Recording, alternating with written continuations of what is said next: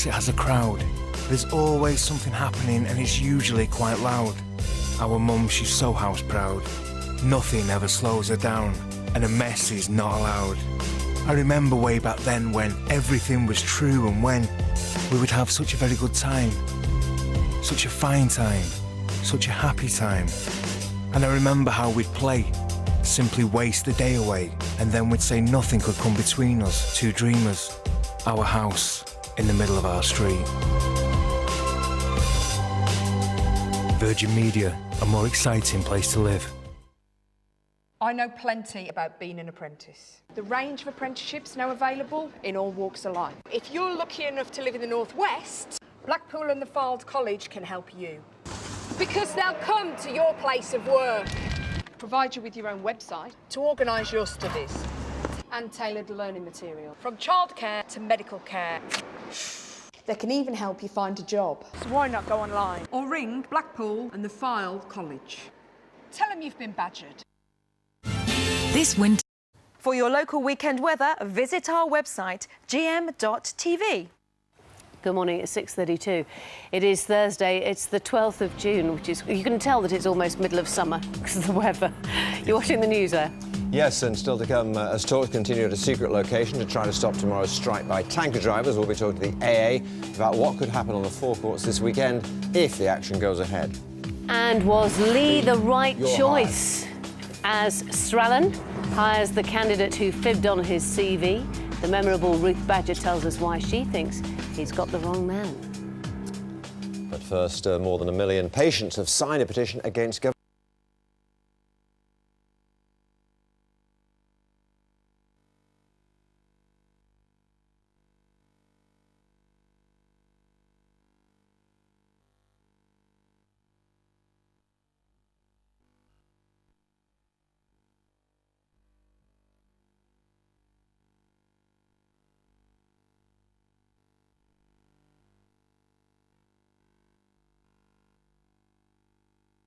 In 10 filling stations could run short.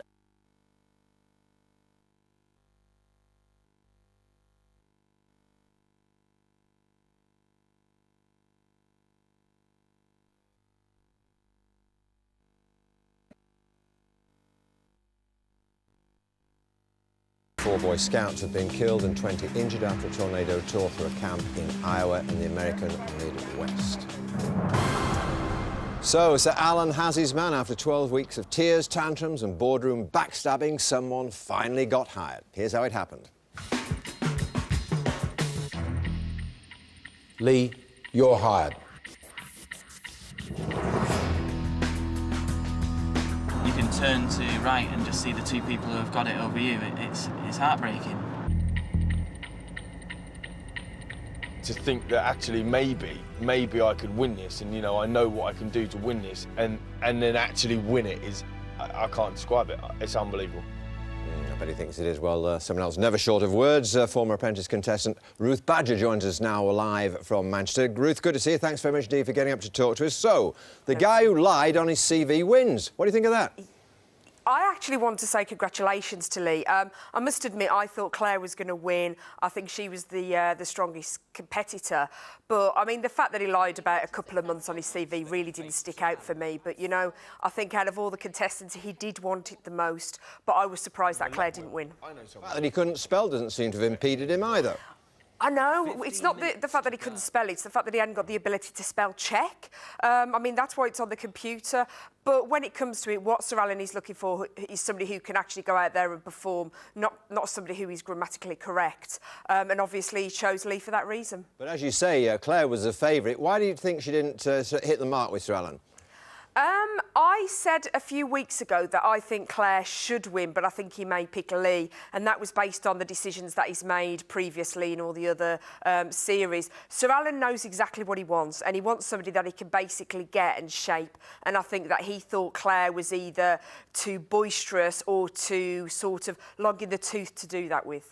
Is it a bigger picture than that? Is it possible that Sir Alan, dare I say it, can't put up with a feisty woman?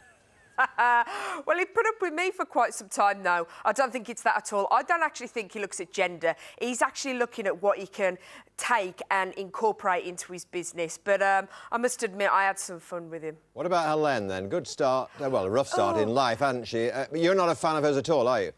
I'm not. Somebody called the Bolshe Northerner. I would actually call her the miserable Northerner. There's two people that I didn't like from the outset, and Helene was one of them. The first thing is I actually never got what she did, what was her skills. Last night she was very good at presenting, but her sort of strategy was to say how bad everybody else was, to sort of highlight her good points, which is the complete wrong way to do it. So no, not a good contestant for me, and I was not a fan at any point. So you think this lad will prosper. What's life been like for you since The Apprentice? It's been absolutely fantastic. I mean, I come out of the show with a lot of credibility. I've got two businesses, one that helps businesses improve their productivity and also struggling businesses, and I do professional sales training. For me, it gave me a great platform to go from. I've always been sort of very pro Sir Alan anyway, and he's been very supportive, but it's a great show and it did me the world of good to go on it. Good to hear it, Ruth. Thanks very much, Dee, for being with us. No problem, my pleasure. And Alex, the Apprentice finalist, will be with Kate and Andrew after 8. Right after the break, of course, we'll have the weather with Claire. Good, there we are.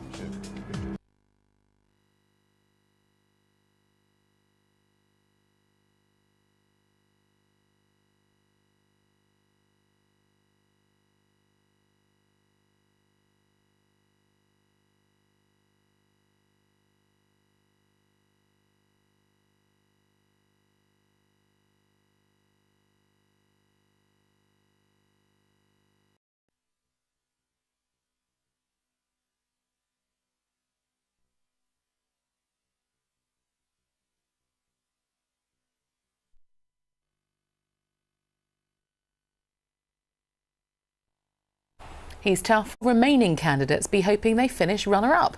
5's Ruth Liptrot investigates. You're definitely not a good salesperson. You're having a laugh. I'd tell my own mother. In fact,